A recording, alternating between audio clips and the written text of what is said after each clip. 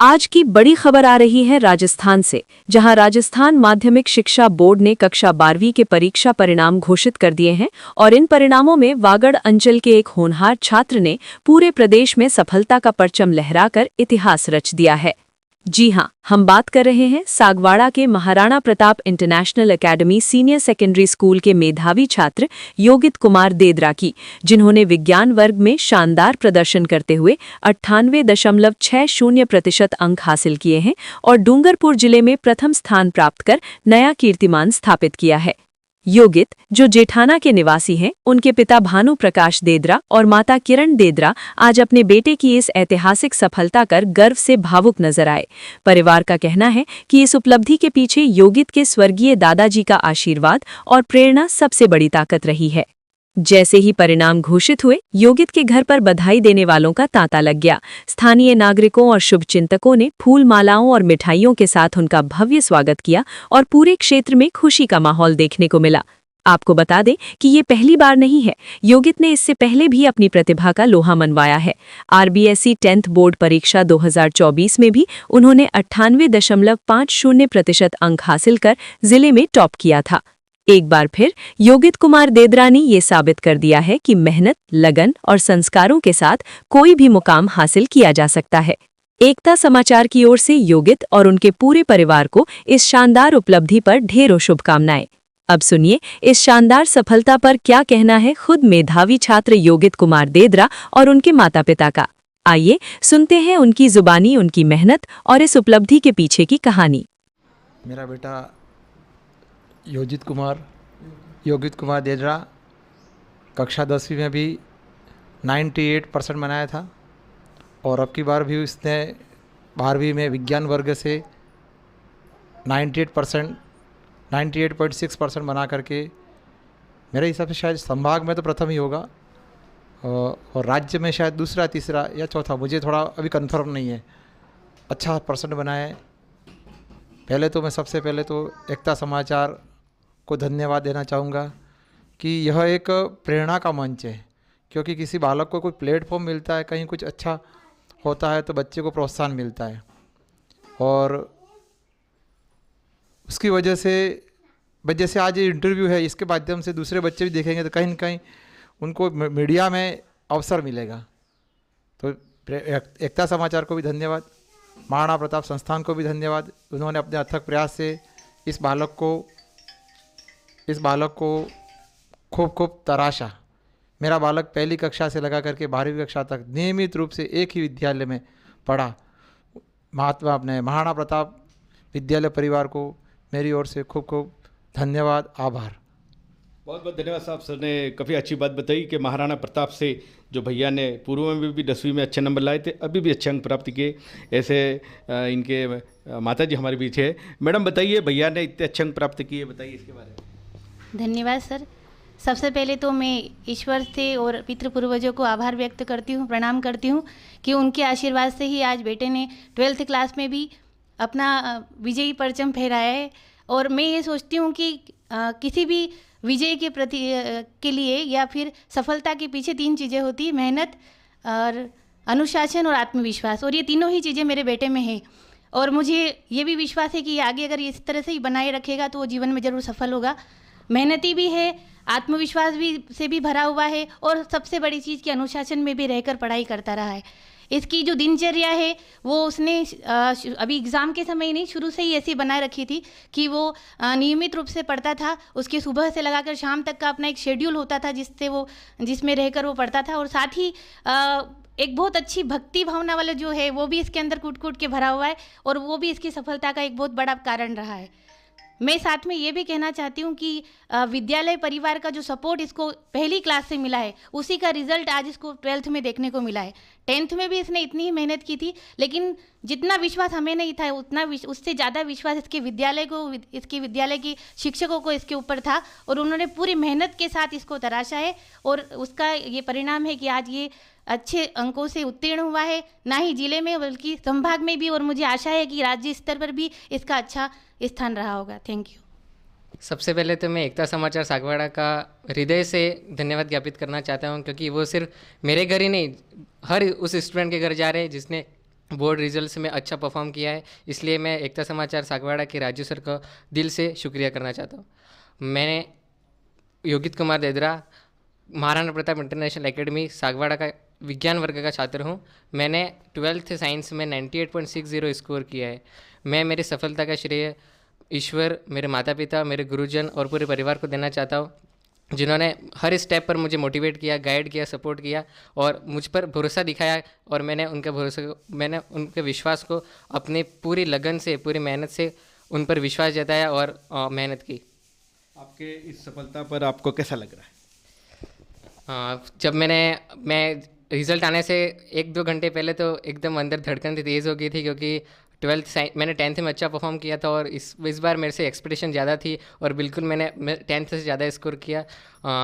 Result आने के बाद सबसे पहले तो मैंने ईश्वर को धन्यवाद दिया, क्योंकि मैं कल रात को भी मंदिर गया था। मैंने ईश्वर से जो मांगा वो उन्होंने मुझे दिया, तो सबसे पहले तो मैंने ईश्वर को धन्यवाद किया, फिर मैंने माता पिता को गले लगाया और सबका आशीर्वाद लिया। बेटा, आपका ये श्रेय किसको जाता है? ये श्रेय सबसे पहले ईश्वर, मेरे माता पिता, मेरे गुरुजन और मेरे परिवार को जाता है, और मेरे स्कूल के शिक्षकों, जैसे इंग्लिश में MS सर, जिन्होंने प्रेजेंटेशन कैसे करना है इंग्लिश में वो मुझे सिखाया। हिंदी में विजय सर, जिसमें भाषा संबंधी जो त्रुटियाँ होती है हिंदी में, उसके बारे में मुझे बताया और मेरा उसमें सुधार हुआ। केमिस्ट्री में हेमंत सर, जो मिड सेशन में आए, लेकिन उन्होंने हमें इतना अच्छे से पढ़ाया कि मेरे केमिस्ट्री में 100 में से 100 आए। फिज़िक्स में भवानी सर, जिन्होंने हमारे एक्स्ट्रा क्लासेस ली, हमको रेगुलर मोटिवेट किया और ख़ासकर मुझे तो कहा कि योगी तेरे को तो है ना स्टेट में रैंक लानी है। उसके बाद मैथ्स में पुष्कर सर, जिन्होंने मुझे मोटिवेट किया और कि मैथ्स में तो 100 में से 100 ला सकते हैं। और उसके अलावा मेरे डायरेक्टर सर राजेश सर, जिन्होंने मुझे हर स्टेप पे मोटिवेट किया और गाइड किया और मेडिटेशन के माध्यम से मुझे कहा कि आप किस प्रकार आपकी कंसंट्रेशन को बढ़ा सकते हैं, किस प्रकार आप आपके फोकस को बढ़ा सकते हैं। साथ ही हमारे स्कूल में प्रिंसिपल सर त्रिभुवन सर, जिन्होंने स्कूल में इतना फ्रेंडली एनवायरनमेंट बनाया कि मैं स्कूल में अपने शिक्षकों को एक दोस्त के समान मानता था और है ना उनसे हमने हर बात शेयर करता था और हर बार जो भी मेरे डाउट आते थे वो मैं उनके पास लेकर जाता था। आगे क्या बनने का इरादा है आपका? मैं अब 12th के बाद JEE एडवांस एग्ज़ाम क्लियर करके इंजीनियरिंग में जाना चाहता हूँ और आगे प्रशासनिक सेवा में जुड़कर अपने देश, अपने समाज और अपने क्षेत्र का नाम रोशन करना चाहता हूँ। भैया, आपने 10वीं में भी अच्छे अंक प्राप्त किए। 10वीं में कितने अंक थे और अभी कितने अंक आए? क्या परिवर्तन रहा उसके बाद? 10th में मैंने 98.50 स्कोर किया था और 12th में साइंस में 98.60 स्कोर किया है। मैंने 10th से 12th में 0.1 अपग्रेड हुआ।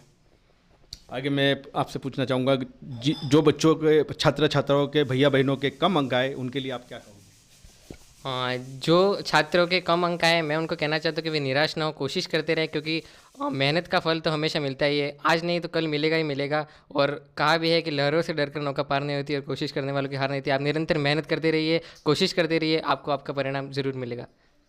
एकता समाचार के बारे में क्या जानते हो आप? एकता समाचार सागवाड़ा का तो सबसे पहले मैंने धन्यवाद ज्ञापित किया ही। साथ ही जब मैं 10th में आया था तो एकता समाचार वाले मेरे घर पर आए थे और उन्होंने मेरा इंटरव्यू किया था और स्पेशली राजू सर ने मुझे भरोसा दिलाया था कि मैं 12th में फिर से आना चाहूँगा और इस बार वो फिर से आए और मेरा इंटरव्यू लिया। मैं उनका हृदय की अनंत गहराई से धन्यवाद ज्ञापित करता हूँ। दोस्तों, हमने आपको ऐसे छात्र से रूबरू करवाया है, ऐसे भैया से रूबरू करवाया। ये एक ग्रामीण क्षेत्र में छोटे से गांव के अंदर पले बड़े और वहाँ रहकर आज इतना अच्छा, पहले ऐसा बोलने वाले हमारे क्षेत्र डूंगरपुर ज़िले में नहीं थे। डूंगरपुर एक पिछड़ा हुआ क्षेत्र था।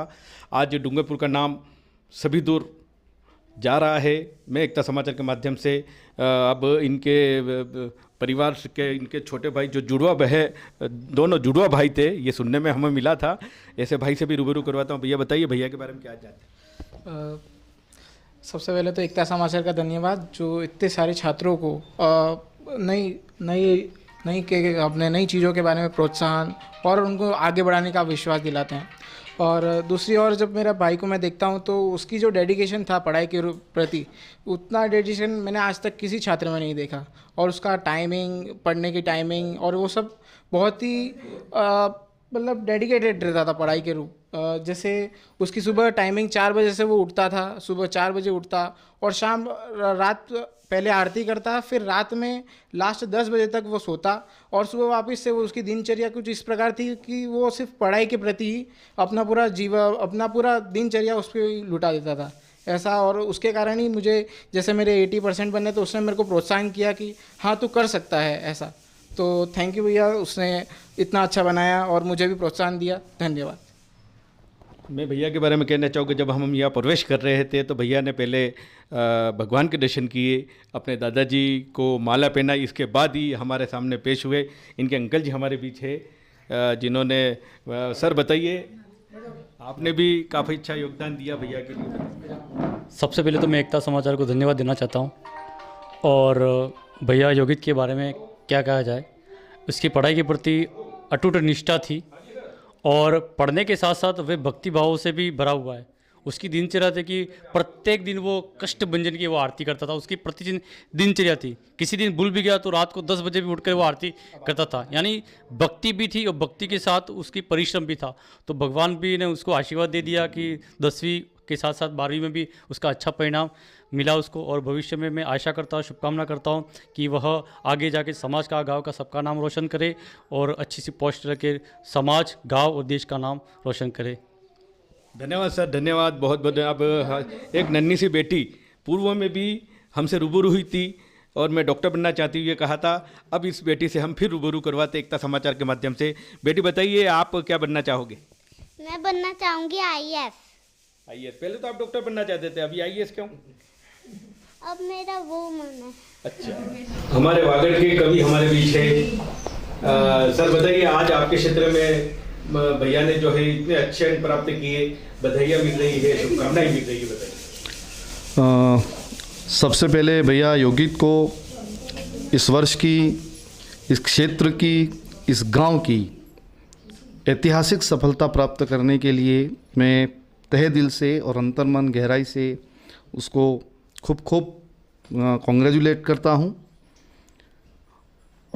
मैं आज के इस इंटरव्यू को देखकर अत्यंत भाव विभोर हूँ।